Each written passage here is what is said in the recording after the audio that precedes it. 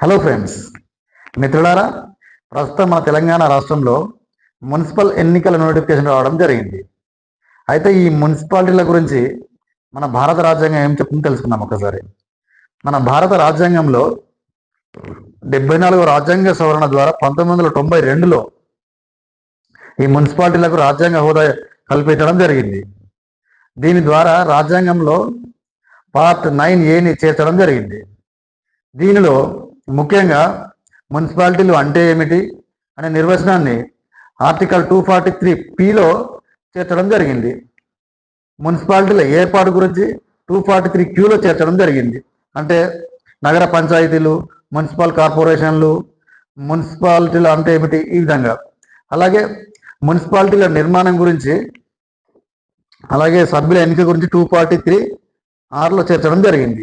SC ST మహిళలకు సీట్ల రిజర్వేషన్ల గురించి 243Tని తీసుకురావడం జరిగింది. అలాగే మున్సిపాలిటీల కాల పరిమితి గురించి 243Uలో చేర్చడం జరిగింది. అంటే ఈ కాల పరిమితిని 5 yearsగా ఉంచాలని ఈ 243Uలో చేర్చడం జరిగింది. మున్సిపల్ ఎన్నికల నిర్వహణని 243ZAలో చేర్చడం జరిగింది. దీని బాధ్యత రాష్ట్ర ఎన్నికల సంఘానికి అని కూడా చాలా స్పష్టంగా తెలపడం జరిగింది.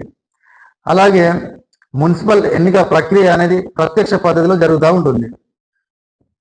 జనాభా ప్రాతిపాదికన నగరాన్ని లేదా పట్టణాన్ని వివిధ వార్డులుగా విభజించడం జరుగుతుంది. ప్రతి వార్డు నుండి కూడా ఒక కౌన్సిలర్ లేదా కార్పొరేటర్ని ప్రత్యక్ష పద్ధతిలో ఎన్నుకోవడం జరుగుతుంది.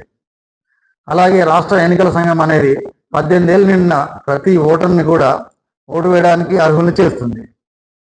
ఈ నామినేషన్ వేయడానికి ఖచ్చితంగా కూడా 21 ఏళ్ళ వయసు అనేది ఉండాలని చాలా స్పష్టంగా ఇక్కడ ఉండడం జరిగింది. అలాగే మేయర్ లేదా చైర్మన్, మేయర్ మరియు చైర్మన్ పరోక్ష పద్ధతిలో ఎవరైతే కౌన్సిలర్లు కానీ కార్పొరేటర్లు కానీ ఎన్నికవుతారో వాళ్ళు మాత్రమే పరోక్ష పద్ధతిలో ఎన్నుకోవాలని ఇక్కడ చాలా స్పష్టంగా ఉండడం జరిగింది. ఈ విధంగా మున్సిపాలిటీల గురించి మన భారత రాజ్యాంగం చాలా స్పష్టమైన వివరణలు ఇవ్వడం జరిగింది.